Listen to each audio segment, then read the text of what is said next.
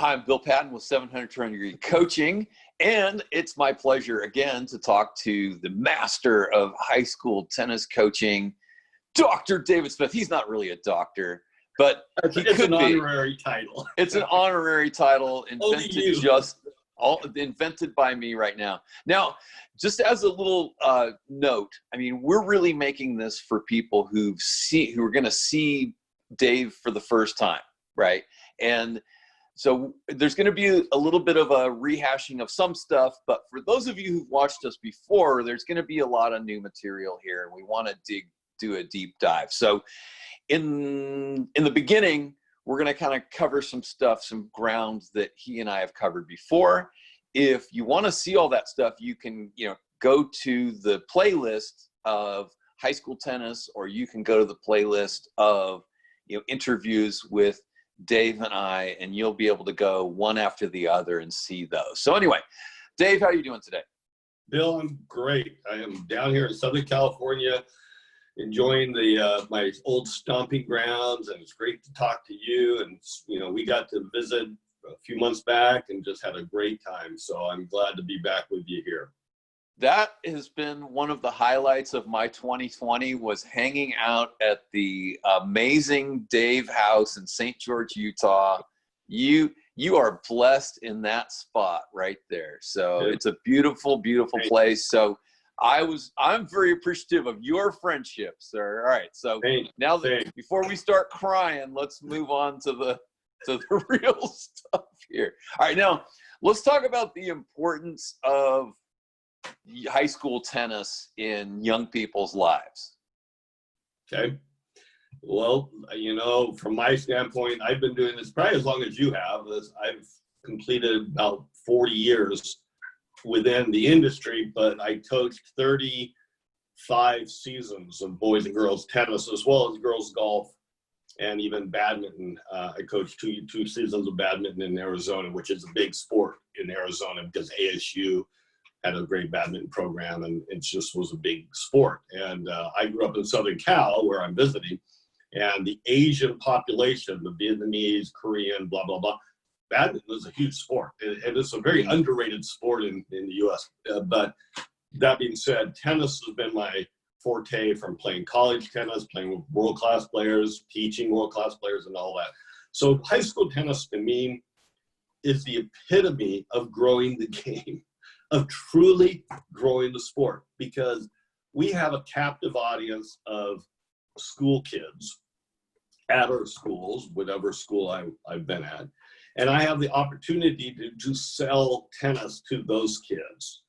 And one of the things in my new book, High School Coaching Mastery, I talk about that, building that culture and branding our program so that kids at school, I'm looking for something to do. That tennis program's successful.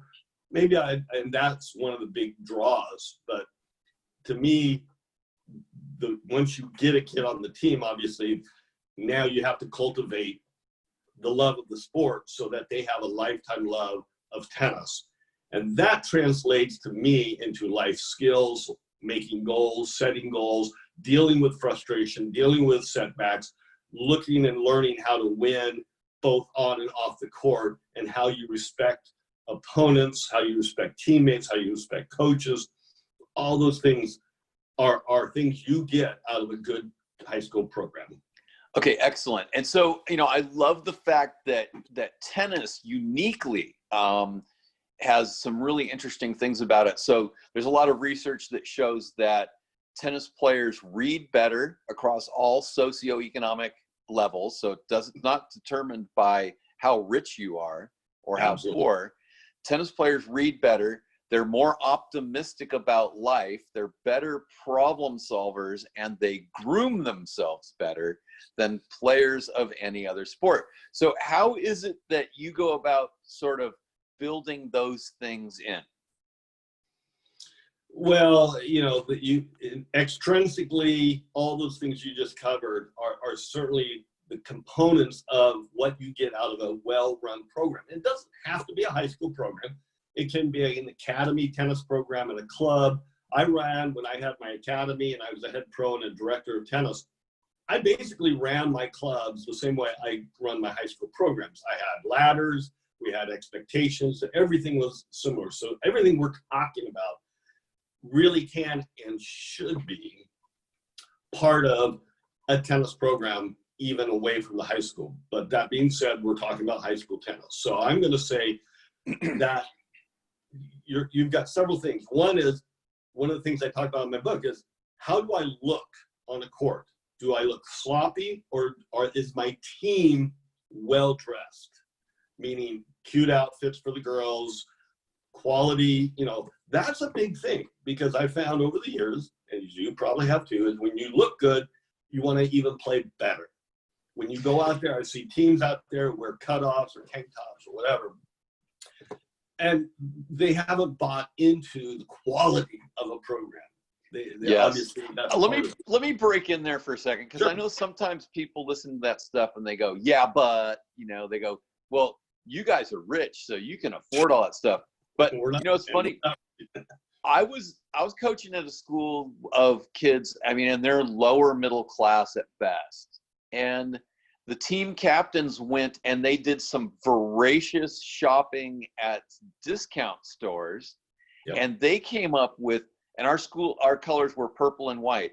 And they came up with these amazing purple skirts and white tops that we got screen printed. And the total cost of the uniform was under $30. Yeah. And we looked great. And I even told the girls this. We were a horrible team. I said, you know what? We might not play great, but we look fantastic. And it made a big difference to them. So yep. Thanks for that. So give me like a for instance. So that's a really big thing, is when they can belong to something that looks good. And then what's another way that you kind of build in these awesome skills and feelings of belonging? The first thing when I took over this particular team 4 years ago, and every team I've really coached, is one of the things I stress to them is that they will become highly skilled players. Now, where that skill is going to take them, we don't know how other teams are going to also build their program. So we can only do what we can do, and that's get the kids to reach a level of what I call their true potential. That meaning within their discipline, their dedication, their athleticism, all those factors that determine how far a kid will progress. And the biggest difference, I say, and I mentioned this also if you've read my other book, you know that this is in there, but other coaches have said, those other teams are so good, we're going to be happy being third place, or we're not, they're just lucky they get a lot of skilled players to their program, or they, blah, blah, And so now those coaches have established failure, or not necessarily failure, but there's no belief that we can go to this much more skilled level. When you create that belief that what you're teaching the kid is going to lead to highly skilled players, and they've seen good players play. In my first year, we lost to Park City, very wealthy northern Utah school.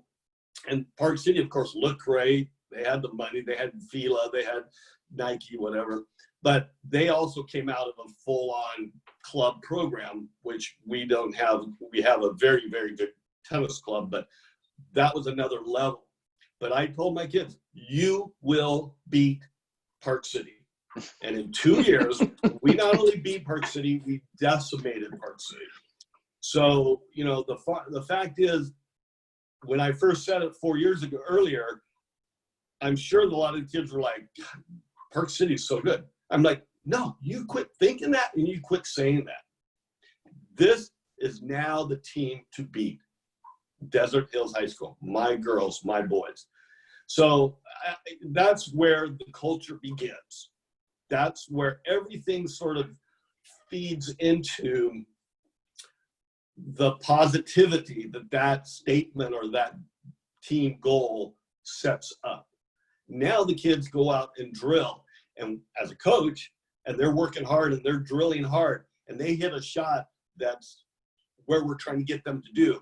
I get to really reinforce that. You just hit that better than an ATP Tour Pro or better than a top junior player. So all right, that's those awesome. factors All right, jump let's into keep that. it moving. Let's keep it moving here. That was great. So to summarize that, I would say great coaches are also great believers. And if you're believing less than what's possible, then you're the one that's creating a limit that doesn't need to be there.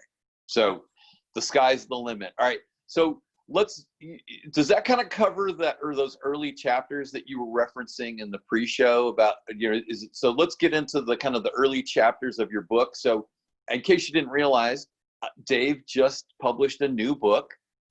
There it is, right? High School Coaching Mastery.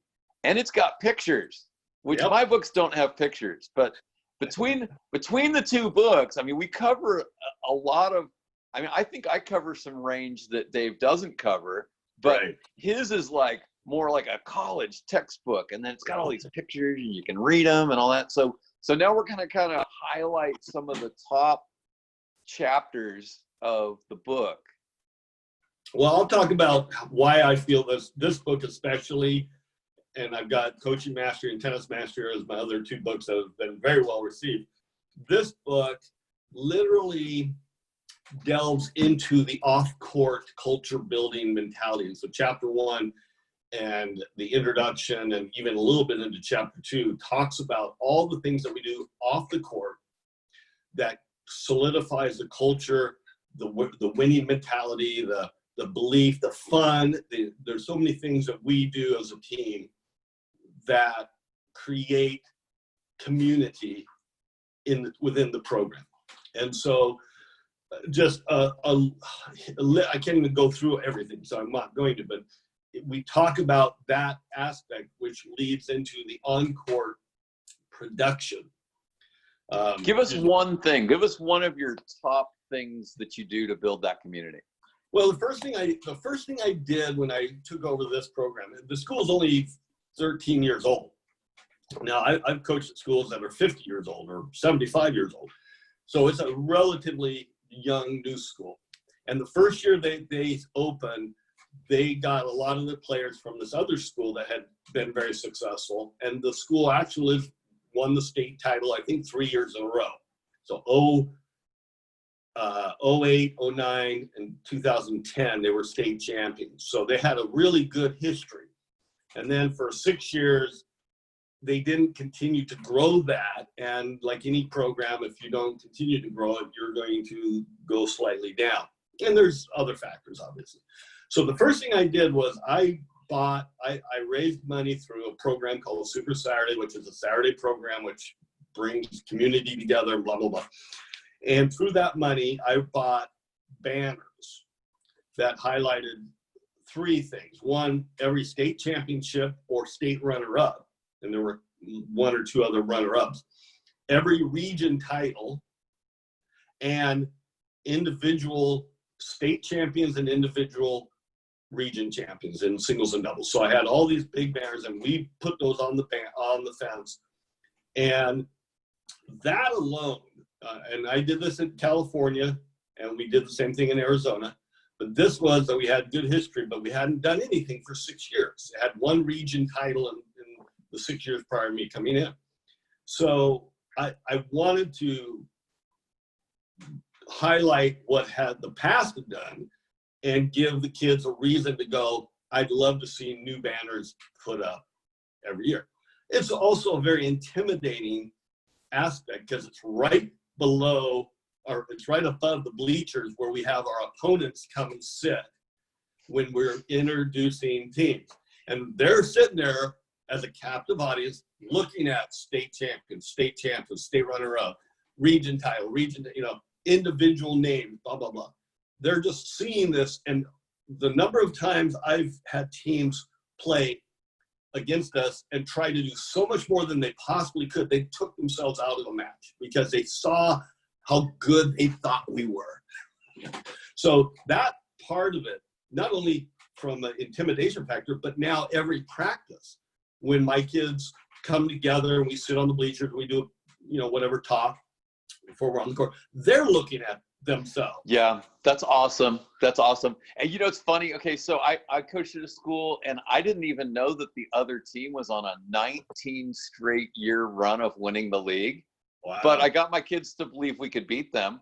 But after 19 years, everybody's like, okay, it's a race for second place. I'm like, nah. Right. Okay. So that's awesome. You really hammered that one. And so, you know, the take home there is go look at the history of your school. And if there's anything positive to highlight it. And then there you feed the belief. All right. So give us another thing from the book that you want to highlight. That's one of the top things that people are going to benefit from. That same concept of the banners, we take it to a smaller scale. Our tennis ladder, I have boys on one side, girls on the other. So again, I'm building a culture of team, even though the girls are in season differently from the boys, but they're all part of this one program. And the girls would come out and watch the boys during boys season.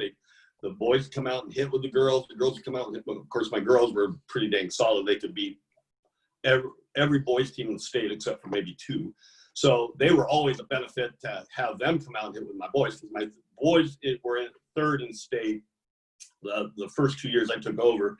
And then my girls at one state, we were runner up, and literally they could hit with any boy ever.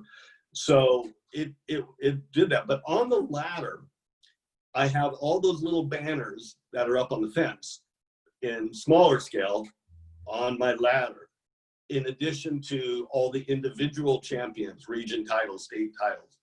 So now every time a kid looks at the ladder and sees where they are on the ladder, they're seeing a future goal that they're hopefully setting for themselves. They see names that are either on the team currently or have graduated, and they see that they are being remembered forever. It's sort of like the trophy case in the school gym that has pictures from 1962 of the tight shorts of a basketball player. But the meaning behind that is kids look at that and go, that guy is being remembered 40 years later. I have another way that I do that. I tell stories. I tell stories about kids previous that I've coached who did certain things, and there's a lesson that they can learn from that player. And the subconscious message is, if they do something remarkable, I'll be telling stories about them later. Right? Absolutely. So they become part of the oral history. So, I mean, it's just another facet of the differences between Bill and Dave. But the bottom line is, however you present it, find a way to honor your players past and present and create a vision for the future. Right? Yep. So let's dig into another chapter. What's another really a big thing that's a benefit in the book? Well, one of the big things that creates success is clarity in organization, clarity in communication. Again, I've learned over the years, as I'm sure you have, and all coaches who have been at this for a long time, we all made mistakes early on and didn't prepare as well, or didn't communicate certain aspects, expectations, responsibilities, accountability, all the things that we want our kids to know, as well as the parent. Because you got to remember, the parent can either be your greatest loyal supporter, or you can create animosity in parents who think that you're showing favoritism or being tough on their kid. You've been there. We've all been there. And okay, I have to make a statement. And then because this is like hot. Like, no matter how hard you try to be as even-handed and as fair as you possibly can be, and you even put people on notice, if you think I'm being unfair, come and talk to me. Someone will think that you're being unfair. All right. Absolutely. Yep. But you got to do your best, because if you are being unfair on purpose, then you got a real problem. Right. All right. And I tell my parents at the very first meeting, as well as my kids, I don't have a horse in this race. I don't have a child who's playing on my team. There's no personal gain whatsoever for me to favor one kid over another. I will have kids that work harder than others, obviously, which quite frankly, can cause us to be more demonstrative of favoring a kid in terms of, hey, you did great, and another kid didn't earn that accolade. But we, you know, I've never really had, I've only had a few situations like that, but I always make it very clear. Here's the other thing I tell parents. You, as well as it should be, are interested in your kid. You want the best for your child. Understood. I want the best for my daughter, my son. However, as a coach, I have to look at it and say, I want what's best for this team. I can't look at your child and give them credence if my goal is to create a team that gives us the greatest opportunity to be successful. So that usually sets the tone, and most of the time, 99% of the time, parents see it in that light, and they're like, I get it. And, you know, again, the more clarity and the more organization and the more communication you do that, you're going to limit that downside to coaching.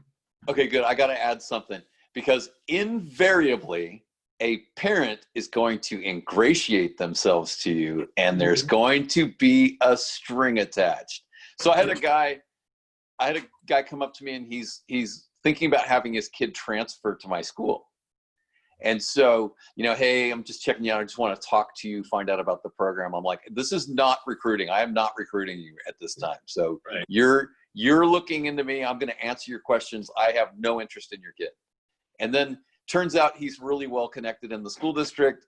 He ended up getting $10,000 for us to get the courts resurfaced. And I told him flat out, I'm like, your son will receive absolutely no favor for this. So just let's be really clear about that. Yep. Yeah. And I've had limited, I had one dad of a girl that was a singles player. I put her at #1 doubles, and the parents were, you know, like, oh, we want her to be the top singles player. And she wasn't. I mean, she was good. She was my #2 player her sophomore year. Here's a great story of a girl that started off as number 18 on my ladder her freshman year, moved up to #2 varsity and beat the one girl who had gone undefeated all 4 years up at Park City. This girl handed that girl her only defeat her sophomore year. So here's a girl who goes from 18 to beating a nationally ranked girl her next year. That kind of, I think, tells you what we're trying to do on our program. But the parents wanted her to play singles. And I had 4 really good singles players, and there's only 3 that play singles in a match, 2 doubles teams. So after we won state, winning obviously solves a lot of problems, but the dad came up and said, you know, Dave, I really felt that you kind of shortchanged my daughter in moving her to doubles. However, this was the caveat that made me feel good. However, you chose wisely. He said, you made the right decision, and I'm happy to say my initial reaction of not seeing my daughter play where I wanted her to play, your experience superseded that and did what it took to win the state title for my daughter. And so, you know, I think sometimes you do get the good feeling when you do the right thing, and sometimes you don't. I mean, you know, obviously some people are going to hold a grudge and never look at it objectively and hold that subjective emotional, you didn't let my kid do this, and this. So, yeah, and trust is earned, and it goes both ways. I mean, yes. If you're new to a situation, it's going to take time for you to gain people's trust. Even if you're Dave Smith. I mean, Dave Smith could go, read my book, right? But nobody cares about Dave's book. They really don't. They're like, hey, buddy, because you're talking about my daughter. I could care less about your book, right? So I had a funny one where I scheduled a really tough preseason, and I was also conditioning my kids really hard to get them ready for the postseason. And then we lost a match that maybe we could have won if we weren't conditioning so hard. So there was all this second guessing, you know, Hey, why'd you do that? Coach, you made us lose. I'm like, well, wait a minute. would you rather win a match early that got you a prematurely good seeding, or would you rather be more prepared to play incredibly well in the postseason when it really matters? Right. And then they swallow their whistle, right? And then proof's in the pudding. You know, we win the 9-8 matchup, and then we, as the 9 seed, we beat the number 1 seeds. Now everybody trusts Coach Bill. So yeah, winning does that. Yeah, sure. yeah. So, all right, now we kind of need to head towards the home stretch here. So, is there one more major concept that you want to share, or do you want to start wrapping it up? You know, I'll say this. In this book, I really just took the drills that I use to train as effectively and efficiently as I do as a coach. And I've seen the opposite by other coaches who are not nearly as efficient, and they're not focusing on really productivity in terms of developing players. There's always a balance between competitive play, stroke development. If you only work on stroke development, you're going to have players that look good, can't win. So you always, and see, we challenge every day. I mean, this is probably different from you or others. That threat of a player below me working harder to take my spot or wants my spot motivates me to want to work better, harder too. So, but the efficiency of the drills, I only include probably 15, 16, 18 drills. I mean, that are specific drills that I do as a team that I focus on 3 main aspects. 1, can it handle a large number of players? 2, does it create the opportunity for players to hit a lot of balls for purpose? And 3, does it train the aspect I'm working on, whether it's a technical, footwork, strategic, whatever. So my drills are all designed with those main 3 concepts, and there's obviously others. And that's one thing I really love about this book, that I really was much more condensed of effective and efficiency. And I didn't get as verbose as I did in my previous books about philosophy and technical stuff. The Advanced Foundation is certainly the cornerstone of all my books, Advanced Foundation, teaching that idea. So that's what I really am proud of. And not just proud of, but I will say I've learned what works. No matter where I've been, this team won 60 consecutive matches on varsity and JV. We never lost a match in any region match. 4 years. 4 years they hadn't won a region title. We won 4 consecutive region titles while I've been coaching. We never lost a match. We won the Spanish Fork tournament, which had never been won by our school. We've won that twice. We won the Stephen Waite tournament back to back to back to back, which no team had ever won twice in a row, because there's Park City, there's Ridgeline, there's all these awesome schools. So I'm bragging to not brag, but to say this works. Yeah, it works. It works. I mean, the proof's in the pudding. I mean, you want to see some results, and not everybody's going to go from worst to first, but I mean, if you can go from being a last place team to middle of the pack, that's a lot. And that's then a start. And don't limit yourself. Don't be satisfied with that, in the sense that if you can move up like that, you can keep going until you reach the highest level your team is capable of. And that's determined on so many factors. Absolutely. All right. So why don't we do this? Why don't we say, what are the top 3 takeaways that you want people to have, you know, as a high school coach? As a high school coach, top 3 takeaways from this talk, and let's see if you can get that done in under 3 minutes. Sure. So start. Number one, sincere belief in your players and your program, and conveying that to your players. Telling them, working with them to the point where you're convincing them they are capable of becoming the best team program in your area, region, state, whatever. Number 2, you can train players to become highly skilled even when they are raw beginners, or even appear that they don't have the athleticism to attain that goal of becoming, say, a top-ranked player.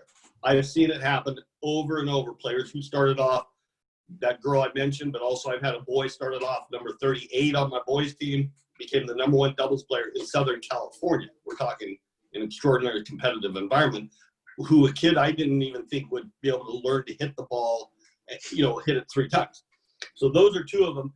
And the third one is those 2 patterns of building a culture create a team that is memorable, successful, builds lifelong friendships, creates a school pride, a real sincere pride without the arrogance. I mean, that can come sometimes, but if you do it right with class, you're going to have kids that know how to win and yet still show respect and grace in class when they're playing opponents. And we might be beating them 0-0. I've got girls that have had golden sets where they didn't lose a point. Okay. And now number 3. Well, that was sort of the number 3 thing. Now number 3. So look, but why don't we finish with planning? Because I'm the same way. I have my practice planned down to the minute, and we have a variety of activities. Yeah, and in the book, I do define my practice. I do go through what I do on a general basis of how we start, how we drill, how we create the opportunity to challenge every day and still have drilling going on. And what do I do when I have 55 girls on a team with only 6 courts? How do I do that? It's in the book. And so one of the things that I really would stress is, number 1, don't cut. You cut teams, you will never know what that kid or the girl or boy could ever have become.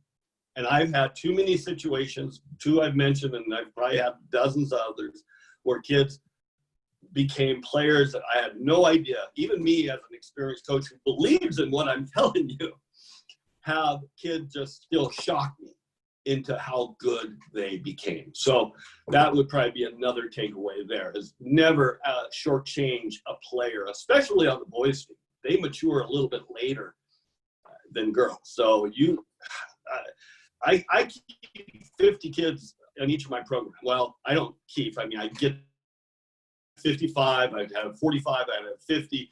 And on the boys' side, we usually get between 30 and 40 on 6 courts. So if I can do it and create a state championship program every year, or certainly a competitive program with that many kids, every coach should. And I didn't have assistants. I had some part-time parents that would come out and help. But for the most part, this year when we won state, I had no assistants. One of my assistants got a job. Another one got sick. So it was just me and the girls. And we had the best season ever. So it can be done. I had a funny one where the bottom 2 boys on the team ladder who could barely hit 2 or 3 balls over, but they could hit them over the fence. They came out in the summer and trained in the summer to get ready. And then the first day of the boys' season, I said, we're going to watch. Ben and John are gonna hit, and we're going to watch. And then one kid says, why would we want to do that, coach? Right? And I'm like, oh, just watch. And then they see that, and all of a sudden, gulp, 15 kids just realized they got passed up. Yep. Right? So that's awesome. All right. Now, so final words. I think we've covered it. Obviously, being a high school coach can be so rewarding. If you look at one of my girls actually told me this, because we're blessed that we can work with our players in the off season, with the exception of a couple weeks where they have basic moratoriums. But one of my senior girls said at the banquet, said, Coach, we figured it out. You spend 1,400 hours with each of us over the course of 4 years. And I'm like, well, I guess that sounds about right. Because we do so much, you figure we go to state, I'm with them 24/7 for 4 days. We go to, invitational tournaments, I'm with them 24/7. We have a summer program. We do weekends with Super Saturday. We do a lot of things that integrate my life with their life.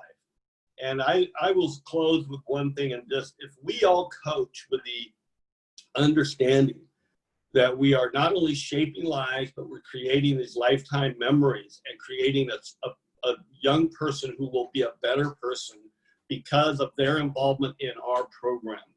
And we keep that in the forefront of our thoughts. We will enjoy coaching more.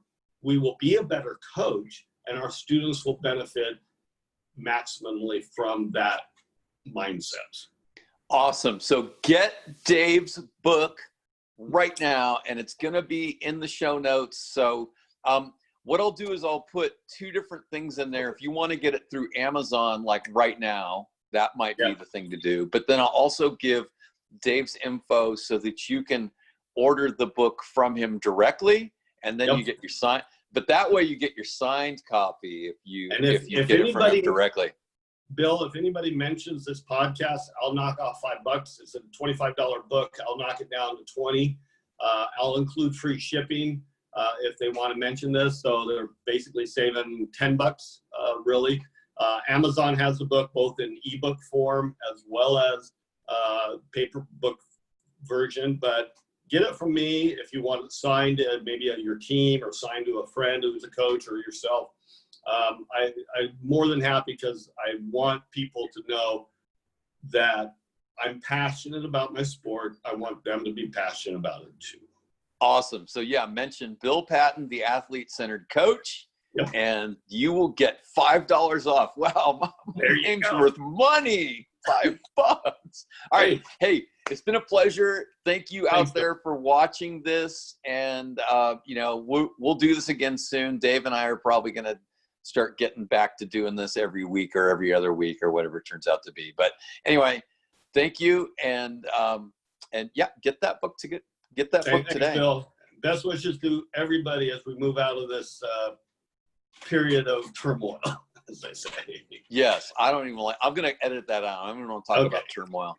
Yeah, and then, final thing though. How can people reach out to you?